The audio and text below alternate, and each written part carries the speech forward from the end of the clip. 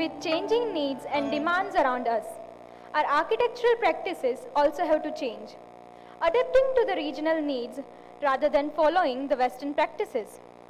As the climate changes around, as some cities run dry whereas some are flooded, the change in practice was never more important. As Jim Rohn said, whatever good things we build end up building us. A very good evening to the dignitary, esteemed guests, and respected teachers and fellow students. On the behalf of Department of Architecture,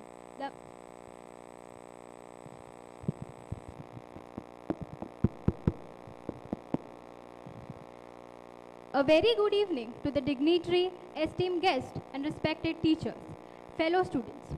On the Department of Architecture, the Mahaja Sajirao University, I, Mudra Trivedi, And I, Jhansi Sorathia, extend our warm welcome to the 5th edition of ATELIER. ATELIER is a series of lectures, workshops, interactive sessions which was started by the Department of Architecture back in 2018. It is a platform for sharing knowledge, experiences, and ideas among the people from the different branches of architecture. This series creates an opportunity to bridge the gap between the academics, professional practices, and developments. ATELIER paves the way for the students to widen their horizon. architect Sachin Bandukwala, has done his bachelor's in architecture from S.A.S. Ahmedabad. He has keen interest in exploring and understanding various forms in nature. He has documented a number of architectural significant temple complexes and stepwells around Western India. He firmly believes that to make something, you have to break something. So make sure you connect it well to your needs, purposes, intentions, and celebrations. Try to stay close to the original form of the material as much as possible so that it may easily return to nature or be adapted for reuse. Architect Melissa Smith is an architect and an urban planner.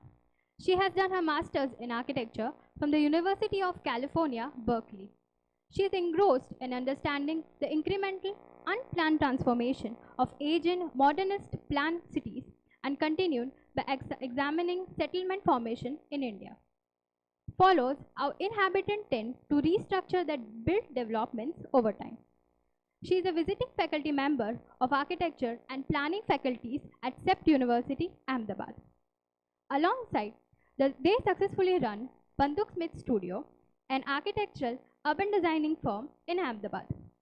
The firm has been recognized around India for design excellence, featured in Architectural Digest AD 50 list in 2016 and 17, and in Indian Architect and Builders list of practices of consequences in 2012. On behalf of our department, we welcome you all.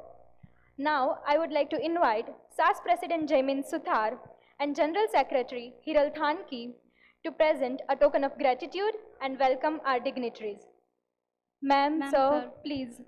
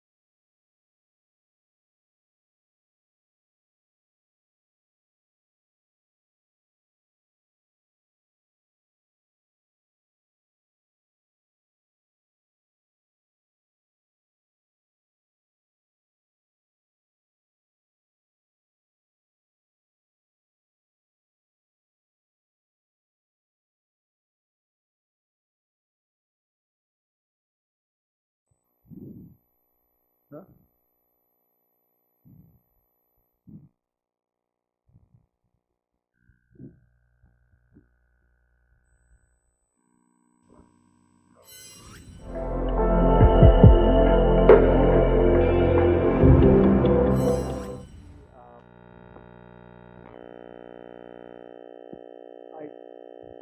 I don't know what it means to be attending a lecture on Saturday afternoon. When I was a student, I did a lot of them. Um, I was not a bad student, but I realized much later in life that the easiest way to learn things was to sit in front of somebody who's talking. So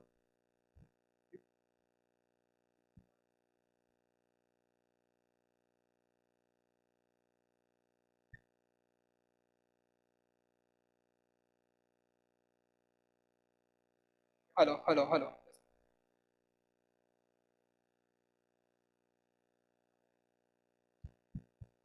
Can you hear me? Yes. Okay. And hopefully that noise will get a little softer now that. Yes. Wait, can you still hear me? Great. I'd like to thank you also. Really happy to be here. This is the first time I've been to the architecture part of the campus, so it's really nice to see the building and the fresh experimental quality of the outdoor space. Really happy about that. Architecture schools should be a bit messy. Today we are talking, we titled our talk Negotiating Practice. And the reason we did that is because we feel that architecture practice in general is a set of negotiations. It starts at the heart of our practice, which is between the two of us. We're two very different people. We don't agree on many things.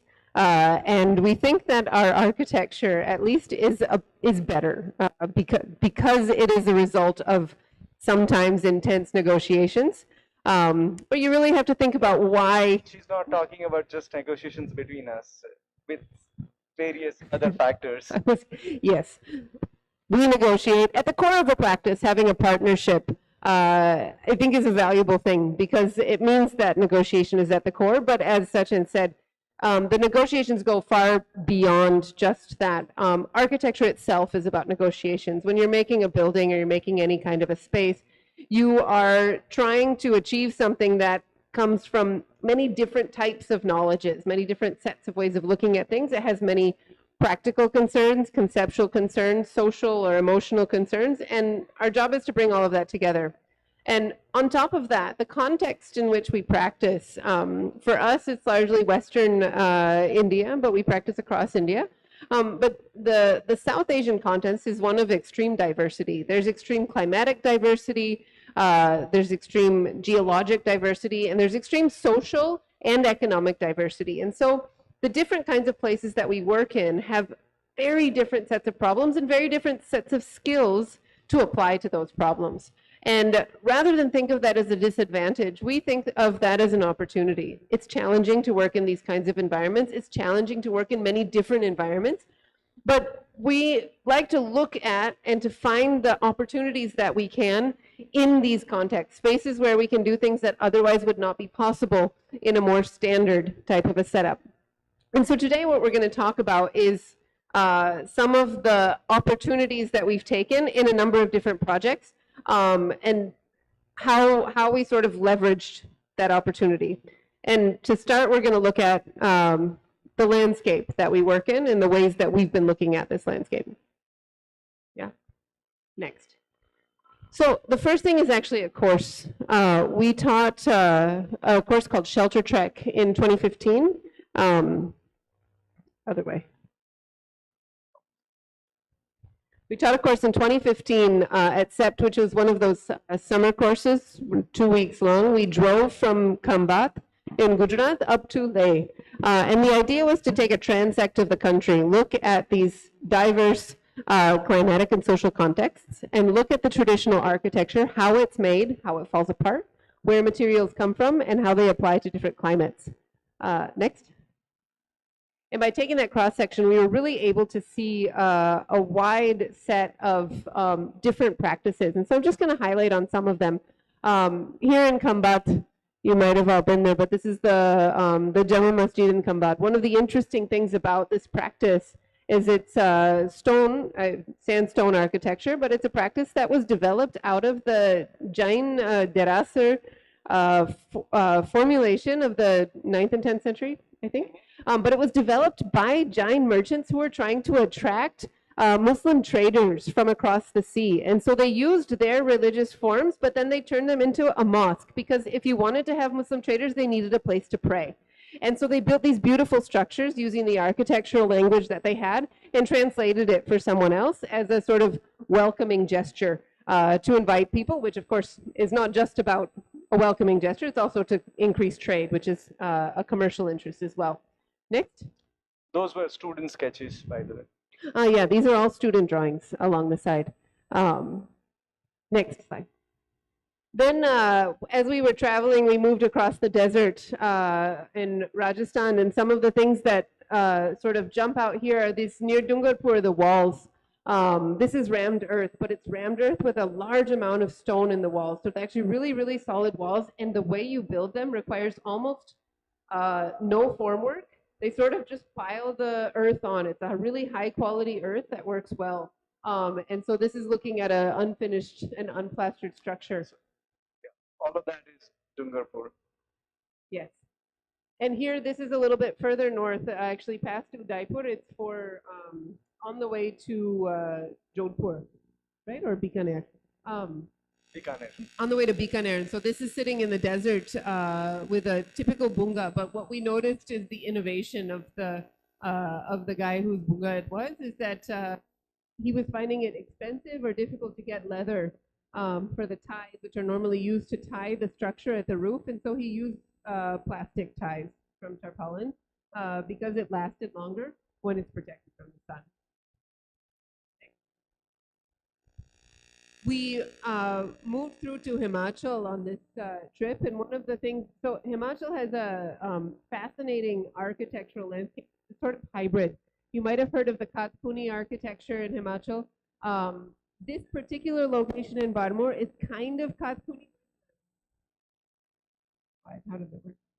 It's Kathpuni because it takes on the corners, but it's not exactly the same structure. They build a corner, sort of corner column with wood that braces, but then here there's a cross bracing, which is something that you find more commonly a little bit further north. It's known in Kashmir, where you have a drier climate and smaller trees. So it's a sort of combination, because the traditional Kathpuni requires larger logs.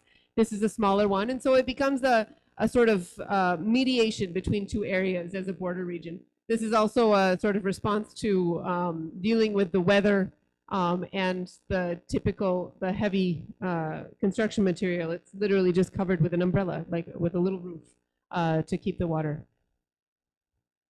Next.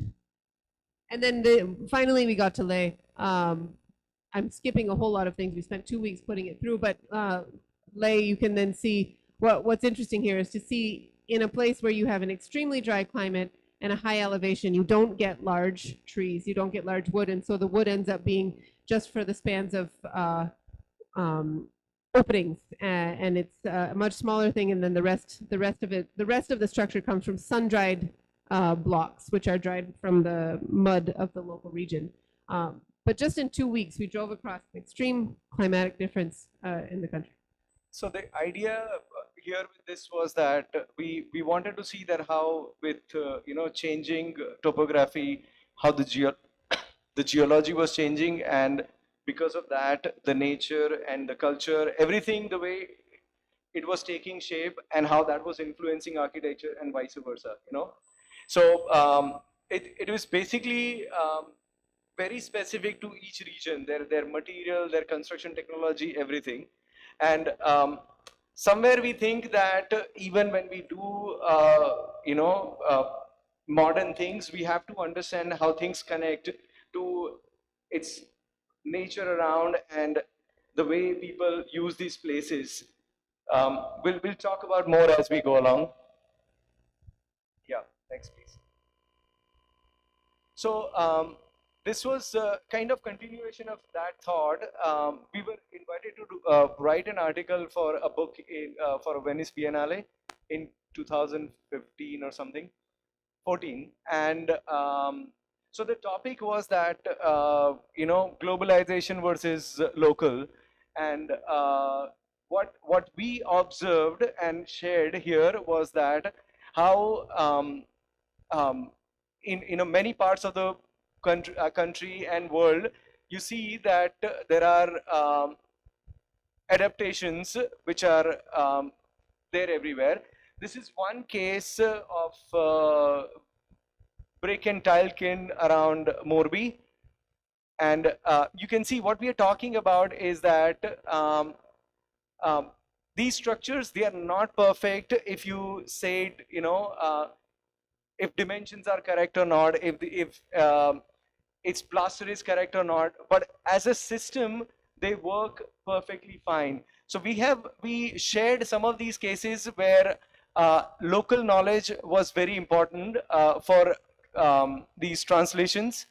Can I just add a Yeah. note about this kiln? What's really interesting in this kiln, this is a brick kiln, right? So the material that you think is the permanent or the heavy material, the way we treat it in the city is the brick. But actually, because you're firing bricks, you're firing at such high temperatures, these bricks only last, what did they say, about a year? I think every year they have to rebuild the entire brick structure. Maybe it's a little bit more than a year. But so it's fired so high that they build it and then they keep rebuilding it. Whereas the steel roof on top lasts much longer because it's sitting away from the brick. And so you have this inverse of the relationship of what you think is more permanent and more temporary because of the way they function. And they're totally separated. So we didn't include that image, but there's nothing, it's just one steel structure and then the other structure sitting inside. So as you tear it down and rebuild it again, the other one doesn't need to change. So it becomes clever. The structure under the roof is entirely made of brick. So brick is not something that gives up, but the mortar is the one that gives up. And so after, like, every year there is extensive repair, and then every few years they have to rebuild the whole thing. This is another crazy adaptation that we had observed somewhere in Madhya Pradesh. It's sort of a traditional column, but it is made of mild steel 6 mm bars. Okay, and the idea was that if we say that historically these stone columns, they were carved and they were morphed into something more than a column. This was an interesting adaptation done in mild steel. Next, please. And then you have these even more impromptu adaptations of people where they're carrying this huge industrial element, and because they needed a shelter for their people, they were just carrying, they were going at practically 20 kilometers an hour, so they could have this thing without any problem. So well, the thing is the flag. You need the flag anyway for the long, the oversized load. But I think this really epitomizes the kind of situation that we're working in. This is a highly precise pipe that's been made, right? It's machined. It's going to function perfectly in an industrial setting. But then to transition to transport it, you have GI sheet wrapped with a pretty crude cement on it, and then you take your flag with somebody to watch the back who can literally sit there, right? So these things are, we don't necessarily need to, we don't need to romanticize them, but we also don't need to pretend that they don't exist. These incongruences exist throughout our processes. And that's just a clever drain with a fruit juice guy. Everywhere we have this issue in these laris that how do they keep it clean. And so this was one very simple innovation that we observed, is that entire lari is covered with one plastic sheet, and because it has this rim, it was easy to kind of slope it at a one point, and you can see that there is a drum underneath which receives the water. On the flexi side. So this is another project where we looked at the city because I think what you can see from here and what we were really trying to do is that architecture and the way that we're practicing it, however it comes out, is not coming out from a product of knowledge that comes only from the university or only comes from sort of educated so-called, like, official spaces, the knowledge and the responses that come from everywhere. They come from all sorts of type of knowledge, and everyone participates in this. This is a project on vacant land where we looked at what kind of private or unsanctioned vacant lands exist in the city, because the idea that we were looking at is that actually these vacant lands, which are contested spaces, they're spaces that there's some legal issue, there's some reason it can't get developed. Usually there would be a boundary wall around it or something happening. But those are spaces that for people, for people who have time, they're an opportunity to occupy. And we felt that the city needs to recognize them more. But the first step to recognizing is to show them, is to show that they're there. Next. And so within that, we developed a workshop looking at these sites. And then we looked at the kinds of processes that are used when spaces are occupied. So we looked at, I mean, here are just a few examples. We created an installation for the students to join on one of these fields. And then we looked at the kind of recycling systems that exist. These are recycling GI sheets, whether from oil boxes or other things to make suggeries. And then this is the recycling of the rebar that comes out of building concrete slabs. When buildings are broken, it actually gets recycled into like window grills or other sort of secondhand uses of mild steel. It's not done in a particularly great way, but it's a process that has the potential to be thought about. So the idea behind the entire vacant land workshop and the observation is that you know, if you see moneyed people around the city, they have access to many places to entertain themselves, do things. Even if you have money, you're looking for places where you can freely go and access and express yourself, or simply just go and play cricket, football, or whatever that you want to play, walk around, run around. There are so many places around the city which are lying vacant, not used. You know, we're not contesting ownership or anything like that. But the study that we have made, it says that these places, however temporary they are or however temporarily available, they continuously help with health of the city. You know, how people can occupy these places and enjoy themselves, and even sometimes with smaller economical activities.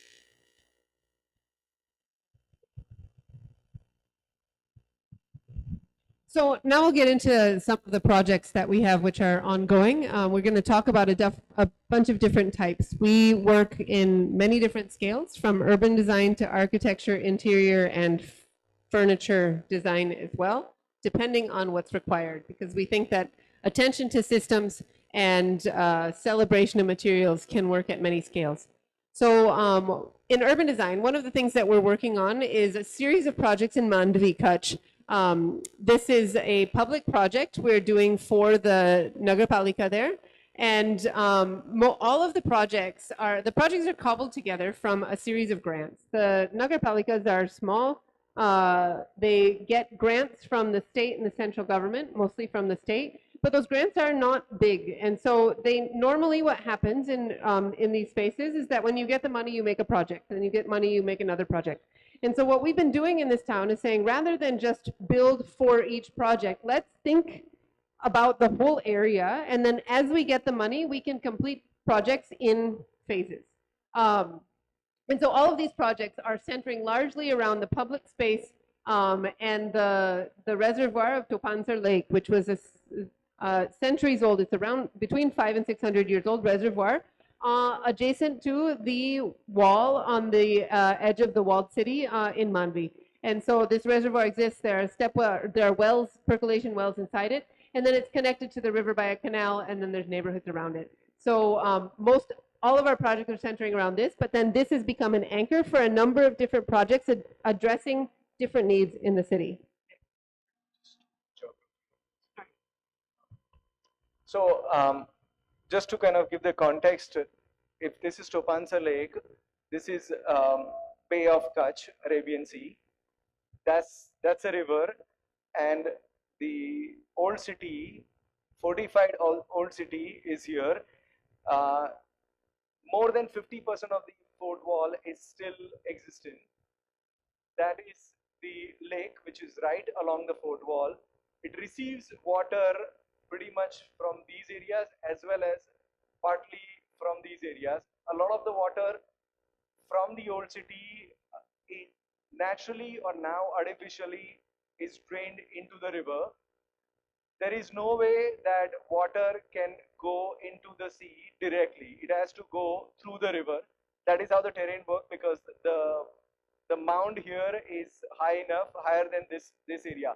These are some of the newer areas. If you see all of this, these are some of the newer areas which are getting developed, and they have no choice but to drain water towards this lake. So some of our observations and solutions, they sort of stem around this lake. Okay, so one of the tasks that we were given was, so there are, how to develop public areas. So now Topansa Lake, which is the sort of city level urban space, public space. Uh, if you see, every sort of new society or new development also has this common plot, and with what they call as Jan Bhagidari, with people's participation, you can develop these plots.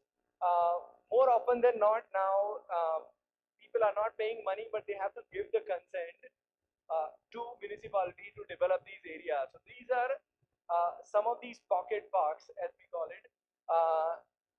The idea is very simple. Um, in routine, the main focus is around children's and senior citizens, old age people, um, where every now and then, when there is any festival or occasions, we also expect that the entire sort of community or neighborhood would gather. So what we have done in most of these places is that there are places to sit around. So it depends on the availability of fund for that particular settlement. We would devise a way where bit of, some trees would grow, some where areas where people can sit around, where kids can play. So we literally have these turnstiles which are done in such a way that kids can play around here. So if you see, there are these simple forms which are like land forms, or uh, say ruinous colonnades, or anything that is architectural. But what they do is, there are swings, there are places to sit, and it is around a large places to congregate. So that is to for kids to play, or if to do garba or holi, or like small engagement, birthday party, anything that you want to do. So we have done these proposals to generally help with the quality of life in these common areas. So yeah, next please. Another project that we worked on as part of this is a grant for lighting. Now, this is a simple, small project where the city received a grant to put in new streetlights. Normally, what they would do is they would buy LED streetlights, put them up on a road, and that's the end of it. And we said, wait a minute, in the same budget, we can do something a little bit more. And so what we did instead is we designed lights, custom lights, and we said, we're going to light the wall. The Mondi's wall is contested. It's a wall that was until the earthquake, it was actually almost 100% standing. And then because of the earthquake, it didn't fall down. It was used as an excuse to tear down large parts of it. And so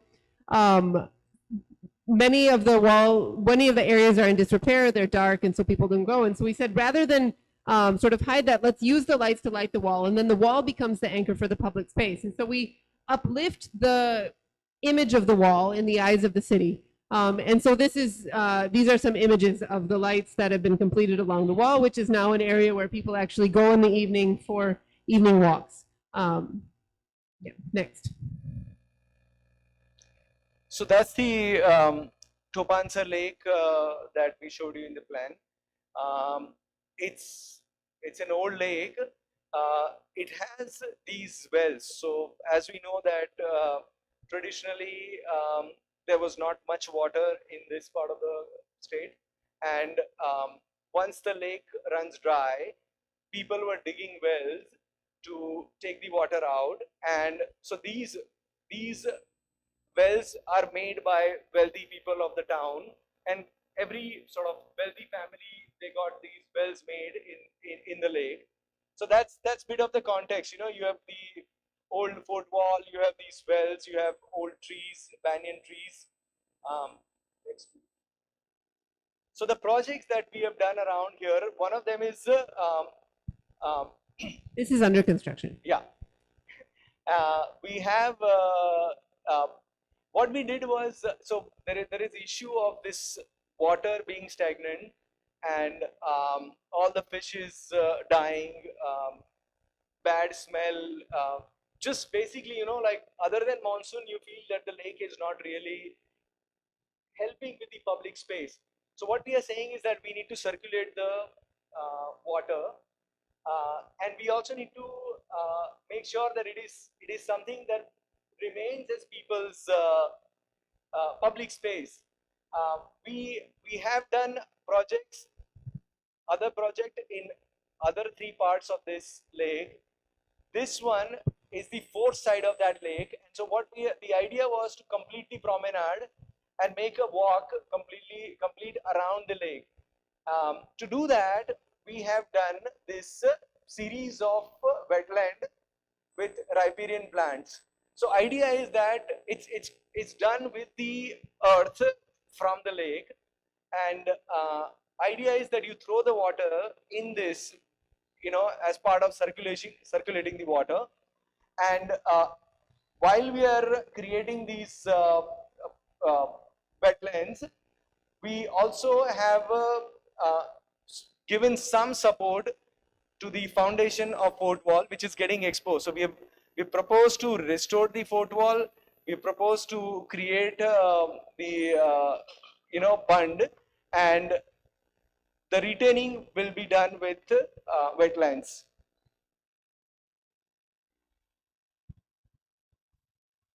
And that's the other area on the other side of the Topansa Lake, where we have proposed up. You know, there are existing parks, so we're talking about having more facilities. So this is one of the public toilet that we have proposed. These are ghats that we are refurbishing, and that's a jungle gym. So that's the kind of structure that. So what people also want, that when something new happens, you can't do everything subtle. You know, you can't just say that, okay, you know, we're just going to change the finish and things like that. People want that you make it a large festival. So this structure like this help identify that something new is happening. So this is part of what they call as Mahila Garden.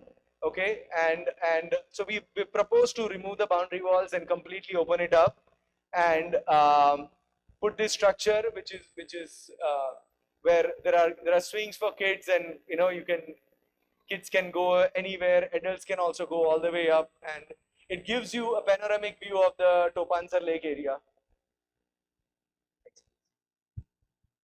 And so on the west side of the lake is a stretch of road that we are saying we will make place for people to walk, sit. There are swings, there is a bicycle path, and then there are planters. So these are the kind of things that we proposed. We've also allocated area because there are vendors, you know, to serve food and things like that. So we've also allocated areas for that. This is in construction photographs. Next, please.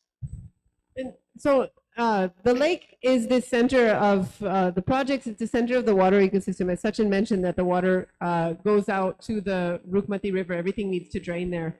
And one of the other projects that we're working on now is two things. We're trying to solve some of the infrastructure issues related to water. This is another area where these are urban design projects. Urban design doesn't fetch a lot of money for grants, but infrastructure does. Cities get money to fix their infrastructure, and actually the cost of fixing the streets or fixing the public space above that infrastructure after you've dug it up is very little relative to the cost of the infrastructure. So one of the areas that we're working with them here is to use money for infrastructure, and then as part of that project, make sure that we design the public space that's getting put back anyway better on top of it. And in this, go ahead.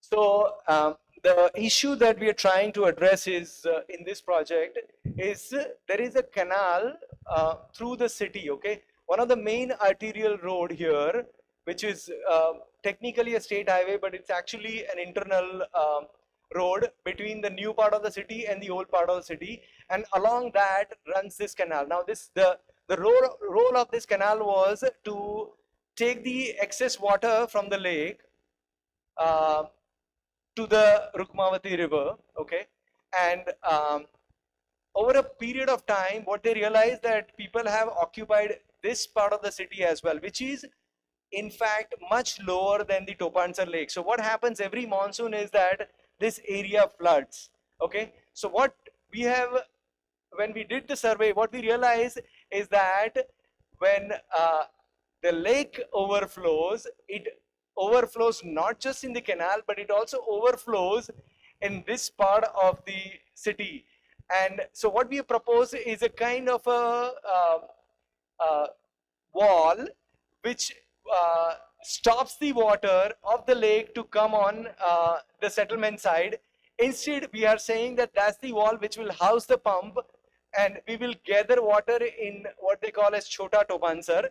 We will gather the water, take it above the wall, and take the water out through the canal. So we are uplifting the infrastructure in the Chota Topansar, introducing some of these elements, and we are refurbishing the entire canal, removing the drainage pipes and actually covering it so that there is no garbage thrown, and making it a very nice promenade along the road so that people can walk. So now I want to talk about some of the architecture projects that we've done and the sort of the approach that we had to take to get these done. This is a commercial building that we did in Palanpur. What was interesting here is that first we made a fabricated screen. Now the commercial building is facing southwest. And so you had, it's a terrible facade for all of the sun to come in. And so what we did in the design is we made a stepping screen that stepped down from the eastern, like northeast to the southwest, so that while still giving visibility to all the shops, you would get increased sunshade as you move towards the openness. But by doing that, we created something that was way more complicated than any of the local fabricators had ever worked with. And so when we gave them the drawings, the sections, plans, they said, I don't know how to do this. There's too many. Like you've got different sections every 3 meters. And so what we did is we revised our drawing system. We said, don't bother with the sections. We'll give you the details of the junctions and the basic heights, and we'll give you this 3D. And the 3D defines each bay. So rather than seeing all series of different sections, we gave them each the green, and we color coded them with the other drawings. So the green, orange, mango, I think green, yellow, mango, orange, and red were each of those color sections. And so we explained how those work and then just defined how the junction has to happen. And once we did that, simplified it, made it a system of rules, then the team could work on it. And then they were able to complete it as per the design. So these are the kinds of negotiations and the kinds of strategies that we use to get things built and to kind of elevate the process. Rather than give up on the complex shade and make a simple one, we just made the drawing easier. So this is, remembering negotiating. This is not in Ahmedabad. This is in Palanpur. We did this project about 6-7 years ago. 10. Okay, sorry, 10 years ago. And even now, if you have to go, if you give somebody drawings, and Finished 10. if you tell them that, okay, fabricate this, they are actually used to making industrial shades or very basic, so you say pitch roof, or dome or vault or something like that. So when we are working from far away, we have to have a very easy way so that we can communicate. So we can, if they have problem with Mango Bay, they can tell us that, okay, can you explain us this issue with Mango Bay? And it was just a very, very simple communications once we made this drawing, and they could execute very easily. In all of our projects, we try to maintain a observation or a study of what happens afterwards.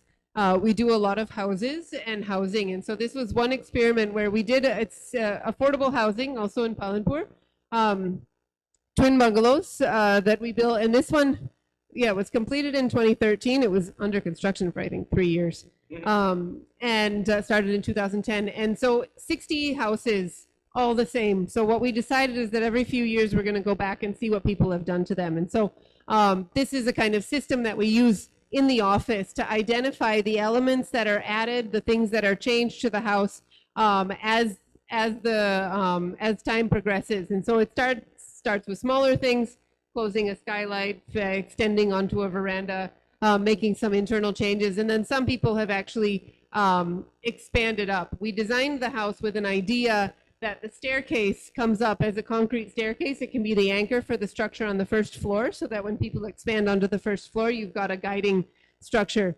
And then a lot of this is to sort of test whether people do it or whether they change into something else. And we found a mix throughout, but that's one of the practices that we do.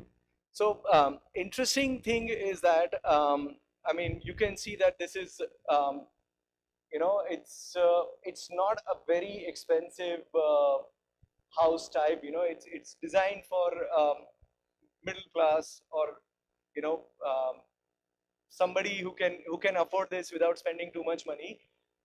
But it's still done with conventional brick and concrete, and it has, so to say, modern silhouettes. The idea behind these studies is that even though we think that we can propose these modern things and we are modernizing everything, it is important to know every now and then that there are local rituals, local lifestyle and patterns that plays a big role in how people adapt to what you propose, you know.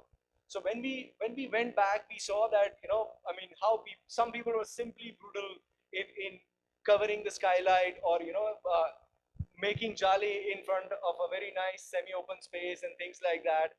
People had the idea that, okay, you know, like, I mean, they can afford so much, but they have this extra room that they would like to build and give an access from outside and rent it out to somebody, you know. So that, how that changes what is going on in original architecture. I think it's very important that you understand in different contexts, because otherwise you're simply going to go and propose something that does not belong there, certainly for time to come, you know.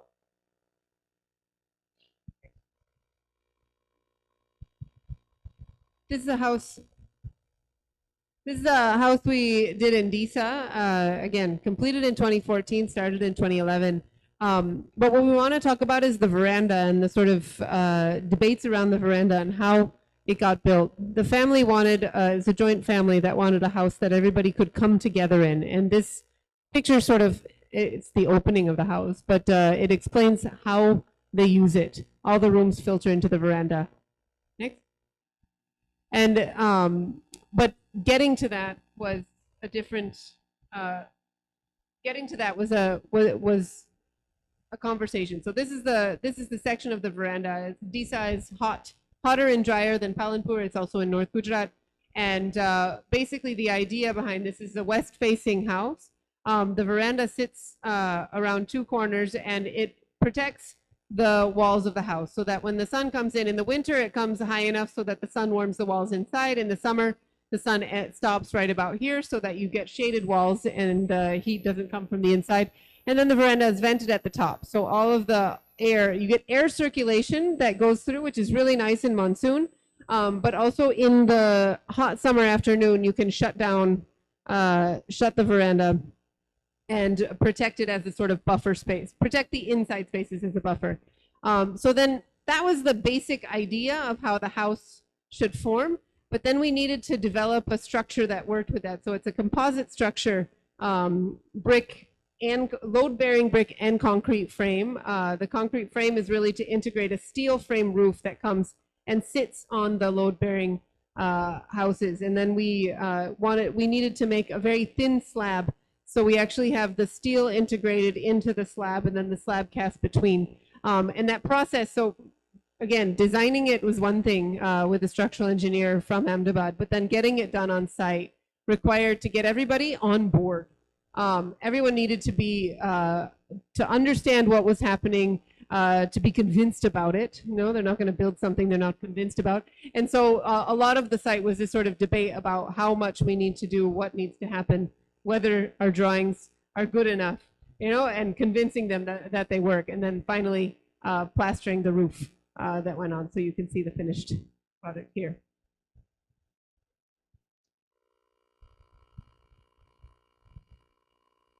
This is another house. This is the house. So that house went well, and we designed the brother's house too, right?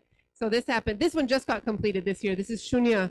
It's just down the street. That wind house is just over there. They both sit kind of on the edge of this potato field. But one of the things that we were working on in this house is a really small one. This is a twin bungalow plot with 2 shared walls. And so we were really working on this house. One of our goals was to make something that was comfortable, that was exciting, that worked for the family, but that was the same budget as any kind of typical house you would find on a site like this, because we don't want to say that architecture needs to be more expensive, it should be less. So in the same amount of money, we should be able to get a much better outcome. Next. And so this is the house that we did it. And it's got a large entry. It's got an open interior with a kind of eclectic set of furniture and a very simple steel staircase that goes up to the top.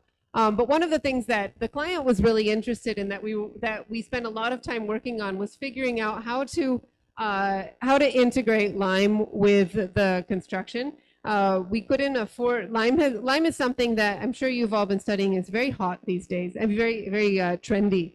Lime is traditional, right? It's a traditional way to keep cool structures cool in a hot, dry climate because it's really good at holding moisture.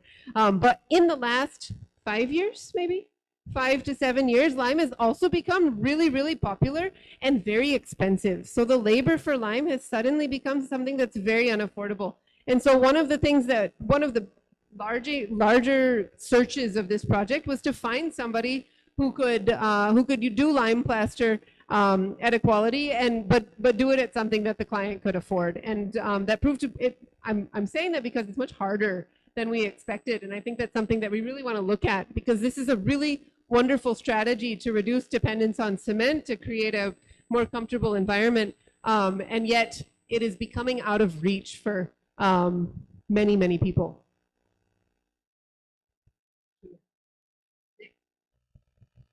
Right, we're just talking about one interesting thing for each project. If anybody has a question, speak up. So this is a project about rebuilding a broken Haveli. It's a largish house which was being brought down in North Gujarat, and we were rebuilding it as a weekend house on the outskirts of Ahmedabad. So 350-year-old Haveli, and it was of a certain kind. We procured all the wooden elements, and the original house was 2 parallel walls, and the house was sitting inside. What we proposed was on a large, about 20,000 square yard plot with small water bodies and things like that. So we were making this as a weekend house, and idea was to rebuild something that that we had procured, but in such a way that it would have genuine connect with its surrounding. And it was a very interesting process with blending in newness with these old elements. So we had to answer difficult questions like, how permanent can this be, you know? So very clearly this was a brick and concrete structure. The entire plot where we were building this was on an average about 3 to 6 meter below its surrounding. The water was coming down, and so every monsoon, that I mean, we knew the land for 2 years while the process was going on, and every year from the surrounding area in the monsoon, you will have large. I mean, naturally there were water bodies, and what we did was that an exercise of cut and fill to locate one of the higher point higher than the adjacent road. Okay, and in doing that, we had to. The foundation was going as deep as 6 meter. When we do that, that sort of foundation, we didn't have a choice but to make it out of brick and concrete. Budget was also a criteria, that we cannot cross certain limit. So when we were rebuilding this old Haveli as part of that, we wanted to be very sure that uh, it is very clear that there are areas which feels very new, very fresh, but the essence of architecture is something that has always made us feel comfortable. So that is there is large veranda space with circular columns. We had this courtyard in the center of this open space, and this house that we had procured was actually something which was 1.5 story, and that gave us an interesting perspective on the scale. So if you see, this is not a double height space; it is 1.5 times the floor height, and we were working with this master craftsman who was then 85, 84-year-old, and he knew how to bring back, how to assemble these old elements more than anybody else, including us, of course. And so that's us doing the study, because the situation was such that we recorded all the elements. We had to store them back. We had to go back on the drawing board, and we had to see how all these pieces come together, because not all parts were perfectly in good condition. When we build something new, we cannot make everything look as if it was completely weathered. So once we did that exercise, we came back, and then we had to again discuss with the craftsmen that how we can make some of these elements again, missing parts again. Next, please. And this is how it was decided. I mean, we decided that from outside we did not want to reveal large part of what was brought together, and then suddenly when you go inside, you'll feel that okay, this is something that is old. If you see, what we have adapted is we have increased the height a little bit, so therefore the beam, there is a flat beam, which actually gives an interesting release from the courtyard elements to the ceiling that we have done. Because when we adapted the ceiling to this larger space, we did not want the fall ceiling to be sort of dark and ornate. We actually wanted that old wooden ceiling to be floating like this against this ceiling. That's the veranda space that we are talking about. That's the kind of surrounding landscape, and the water goes down to water body here. There's a large water body. There's a water body at the back, and the water recedes on the other side as well. That's the space, veranda space, that you can see. Next, please. This is another project that we did, outskirts. That and this project, I'm not going to spend much time on it, except to say that this is a project for a contractor that we work with on a lot of things. It was built in 4 months. The house was built in 4 months, and it was largely made from leftover materials from sites. So those doors are left over.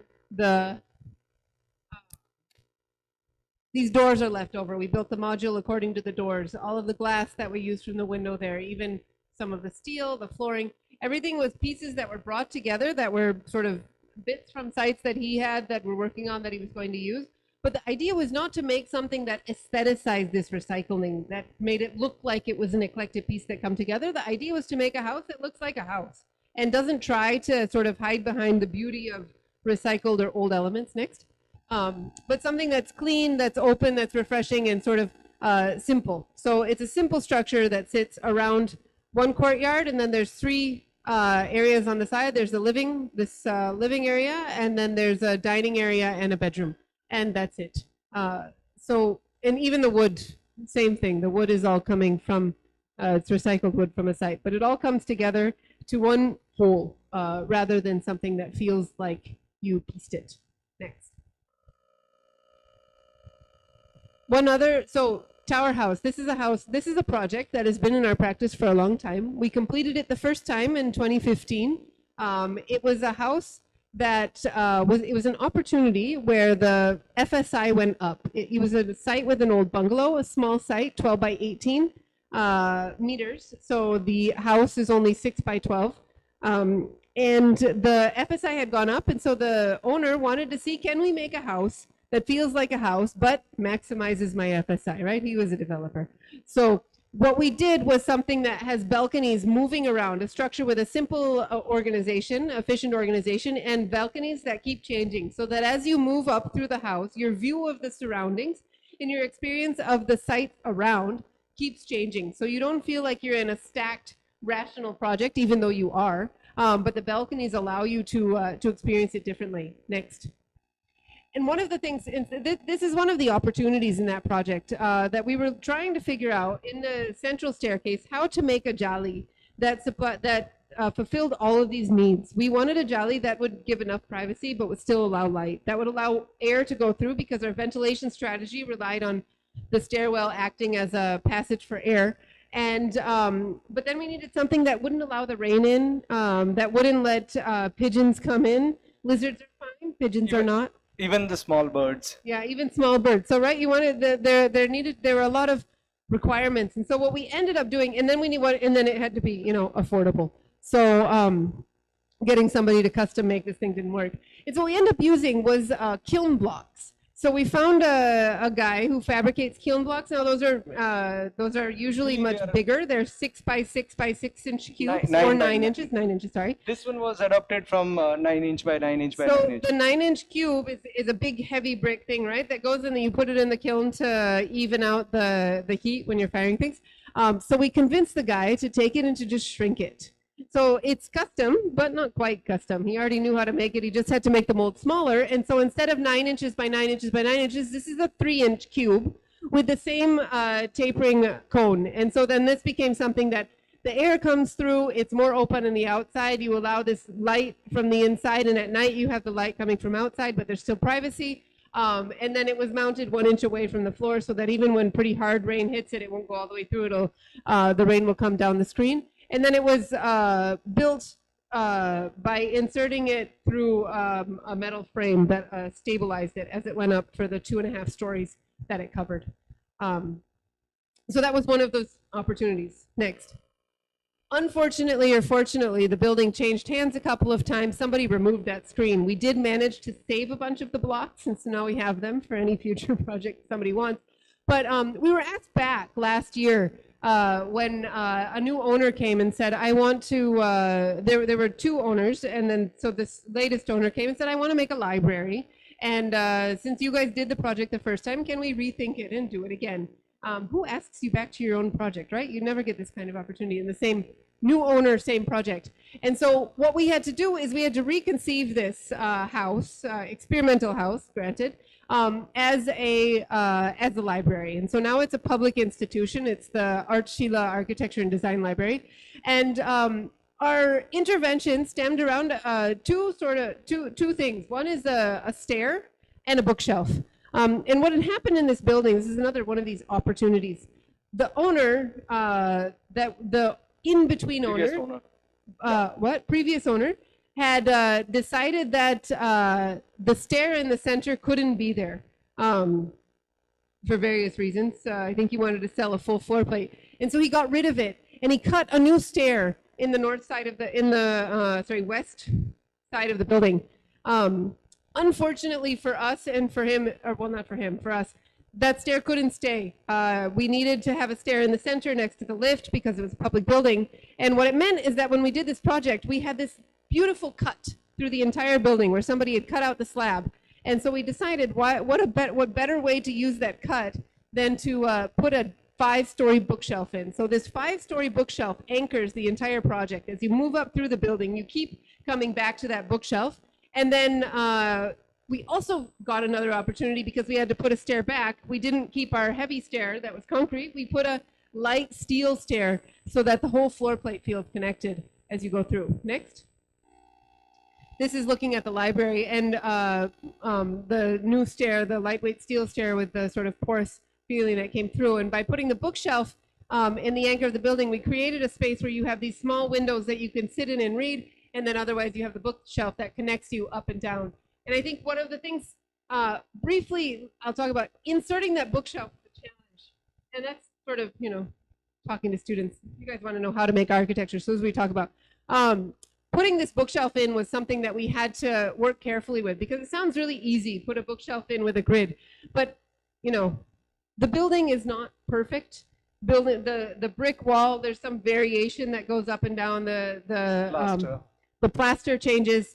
The windows are located differently in different places. And so in order to make that bookshelf, we actually had to create a frame first that kind of outlined all of the variations. So outlined the edge, out where it met the column, hit at the top of the beam, up here, that sort of went around all of the windows. And those gave us perfect rectangles where we could then use digital fabrication, water jet cutting, to perfectly cut out our metal shelves, the mild steel shelves, and put them in. And so that process was a process of engaging with the irregular of the building and then sort of combining a handmade and then digital process to put the shelf in that could accommodate all of the books. And then it ended up being a double screen that sits here where the shelves come through, that because that allows us to cantilever far enough to keep the depth for sitting, for books, and even to keep books at the beam level where the beam comes out, and it kind of camouflages it throughout the project. Next. The other thing that was really interesting in this project that I wanted to talk about is the flooring. So we had to, there were some errors, some issues with the flooring. There was a Kota stone flooring throughout the building, and we couldn't keep it for the new project, but we didn't want to waste all of that stone. So what we did is that all of the flooring that we took out of the building, we actually turned it into aggregate and then used it to plaster the public spaces at the base of the building throughout the outdoor area. There's an outdoor amphitheater here, and then the boundary wall, and we use the plaster, the remade stones to plaster those areas so that the building, the flooring got recycled throughout. And there you can see the cut in the bookshelf. That's another project. This is it's a reading room. It's called Swadhyay Reading Room, and it's part of BSF campus near Gandhinagar. So the project had a very simple brief. If you see a lot of certain class of soldiers when they are given quarters in the cantonment, the houses are not very big, and their kids, they cannot study in peace, So this particular facility was supposed to create that place where they can come and study. There are also going to be books, so they can come and read other books, refer other books, things like that. It was a CSR project. It had limited fund, and it was something that was supposed to bridge different strata of society. And when they called us, they told us that we have few open pockets in the campus, and you can probably help us identify where we can do this. And we said that there is no better place than being under the trees for something like this. So that's where our process started.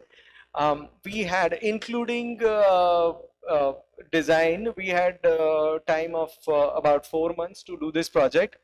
And so we had to design this in 1 month, and we finished the project in about 3 months. We kept things very simple. Idea was that all you need under the trees, we wanted to just make sure that we are protected from the weather. So we said that we need to have a good roof. The ground was undulating a bit, but we said we need to have a plinth. So this is a very simple adaptation of what we would call as plinth and roof structure. Okay, go next. And this is what it looks like. So if you see that section on the left side, that is the plinth and that is the roof. We've created this mezzanine so that it optimizes the use of the volume that we were creating and also kind of adds the playfulness. So the idea is that there is no one place or one way to be or be around this space, so you can study outside when it on a winter morning. It would be wonderful to sit outside. You can also be inside and feel protected. And we also used geothermal cooling in this. So we're trying to ventilate these spaces from over the top of the roof, and so hot air will get out of there, and using thermal tubes to cool down these spaces.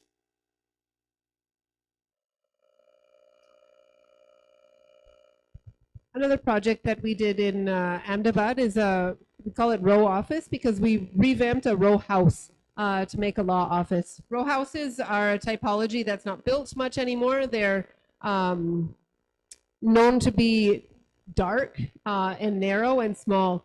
And so what we did in this project is we basically stripped it down to nothing, left just the walls and the slabs, and then we reintroduced steel structure to reinforce it so that we could take a really small dark row house and turn it into a brightly lit, airy office. And in doing that, we doubled the area. Next.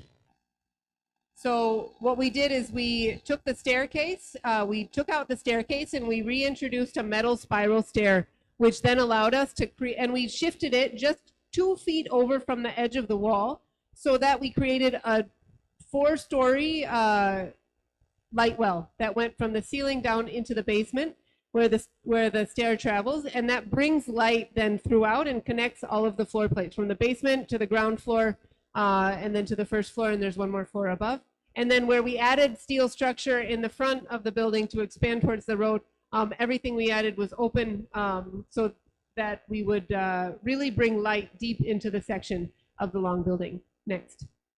One of the ways we did this that we looked at was to sort of work with the vague loopholes in the residential building code, which allowed us to sort of play with the facade and take it out a little bit further than we otherwise could have. Next. Do we have time or should we stop? Yeah. Okay. It's an old project, but we think it's really a fun project. It's a simple terrace redevelopment project. The terrace existed. It's above a corporate house, and the clients wanted a place where people could gather at the end of the day, during the day, for, a little coffee and something like that. And so what we, in terms of program, what we proposed was this area where people could sit. There's a place where there's a mocktail counter, and there is a place where food can be served. So there's a catering counter. Rest of the area is a place just to hang out. If there is a larger gathering, you can bring more furniture and things like that. The reason why we call this 2x2 because we wanted it to be a very simple construction, something that would not disturb existing leak-proof, waterproofed flooring. And what we said is that let us just build on top of this, and we came up with this system of 2 feet by 2 feet, which was 600 by 600. The tiles on the terrace also existed with that dimensions, and we simply adapted that grid, and we somehow magically manage the anthropometrics of all different areas, which is like picnic benches to bar counter to serving counter. The entire sort of all different elements, they stem out of this grid, and we also had to cover these the leftover columns for future expansions, and so we use them as a way to these columns on the terrace. So we said that let's cover them, and in that process we also okay, we don't have that image, but we created large marble light boxes, which are also bar counter height. So they would also work as tables when you're hanging out around that space. So yeah, that's a crafted penthouse.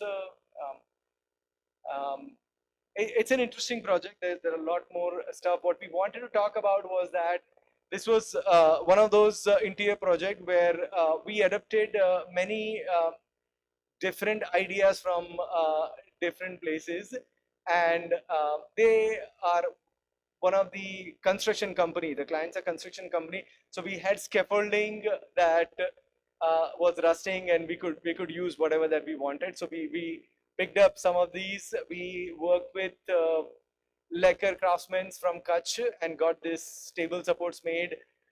This was done in Ahmedabad, which is denim capital of the world, and so we have used these denims, different denims, for this TV area upholstery. And that's dining table. The lamp is actually underside of the drum. So Ahmedabad has these dubgars, the guys who skin the goats and use the skin to make drums, and those are the guys who also made this lamp. Next.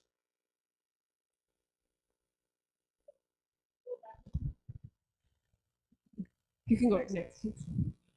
This is a green screen we did for a restaurant. It's a exterior space, and the screen actually was on the southwest side, so it did the double magic of shading and protecting the area from the street, and also because of the drip irrigation system, worked basically as a passive cooling element. So as the southwest wind passes across the screen, it gets wet from the plants, and then it cools the area, so you have a nice cool space right inside to sit, which was great.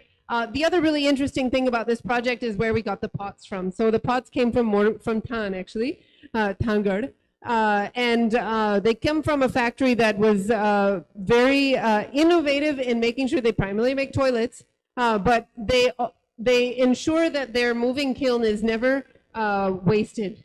All of the excess space that they use on the kiln, they use for other projects. So these are for gayo or for Cows, yeah. any of the pots or other small idols or elements. They always fill up the kiln with that. And so these are the guys that we worked with. And I think that's one of the things that is really exciting about working across these spaces. So this is a fancy area. It's a restaurant on Sindhu Bhavan Road in Ahmedabad, which is, hip, but nobody would really think about where the pots come from or how you would make them. But as architects, we get to be part of that process where we sort of transcend between the end user and the place where it comes from, and we can start to connect these things. And I think one of the things that we're interested in talking about, that we're trying, that one of the reasons why at least I enjoy doing the practice, maybe you also, is that it's to make visible these kinds of things, because we all live in the world together. And so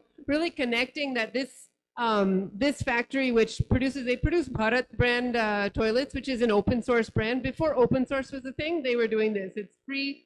Plans are available. Anybody makes them, and you would find this in rural, even in urban public toilets in a lot of places, because it's the design is free. And so that process is part of this. And I think the more we can talk about and recognize how integrated all of these places, spaces, and people are in all of our lives, the richer our understanding and the outcomes are going to be. These are two of our furniture installations. It's inspired from Wetland. This was number 2 in the series of Wetland, and this explains the process, how we source the wood, we shape the wood, we further shape the wood, we polish the wood, and these are fabricated elements in brass.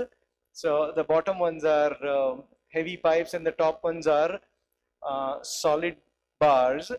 The bottom ones have a role of taking the support down, the load down. The upper ones are supposed to be backrest, and they are a solid bar, so they have this spring action. So they adapt to your back, and they even though they seem like straight rods, they are quite comforting.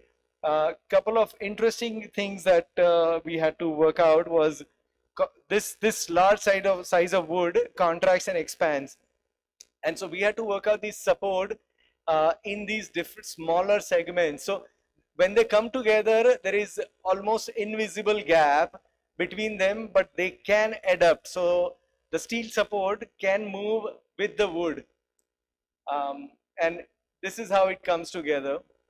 Next. And that's another set of insulation that we did. This is inspired from this observation that if you see in totally undisturbed banyan tree, while the banyan tree branches are going down to the earth, it is picking up nutrition from the earth, and while it is growing, sometimes the growth is also upward in very nutritious area, and it picks up these mounds of earth in those branches, and so this is kind of a visual drama that is adapted from that, and that is simply the way bamboo would have knots, and in that those knots we have tucked these shelves. And I think these installations are to sort of come back full circle from where we started, are the point where you look at the detail. The place of practice, or this place, is a place of simple details. Materials expand and contract a lot. The weather does it, the temperatures does it, the kind of materials they are. And so in this kind of exploration, we're looking at how far can you push that single detail, like in the bamboo structure. How far can you take one screw detail and make something that's connected out of it? How far can you take a simple form with a single vertical structure and connect it together to the wood? And I think that is where we keep looking in the practice, like how far can we push the boundaries of the system that we're working in, and then what is the outcome and what does it mean? So with that, thank you for sitting through this, and we're done.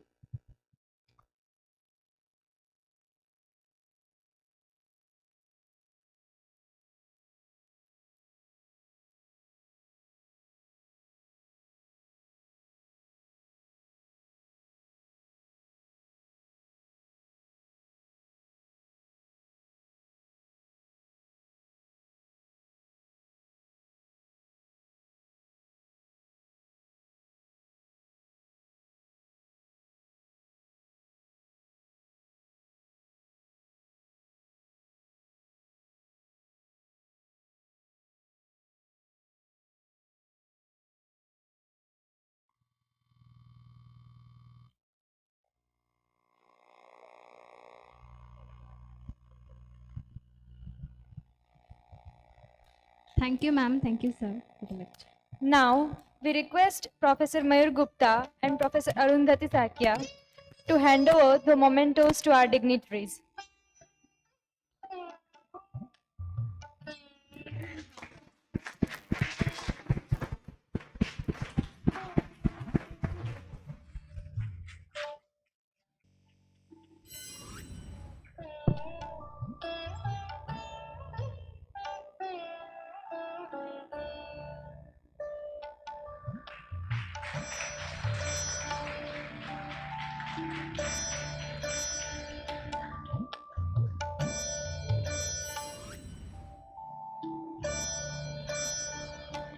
As we are the designers and architects of our own path, why not choose the path of reusability? Change with changing environment around us. Build with what already surrounds us. Thank you, ma'am and sir, for enlightening us with your knowledgeable experience. The upcoming lecture is on 1st October, Saturday, on Sustainable Approach in Redesigning by architect Surya Kankani from Kankani Associates, Ahmedabad. So please join us. Thank you.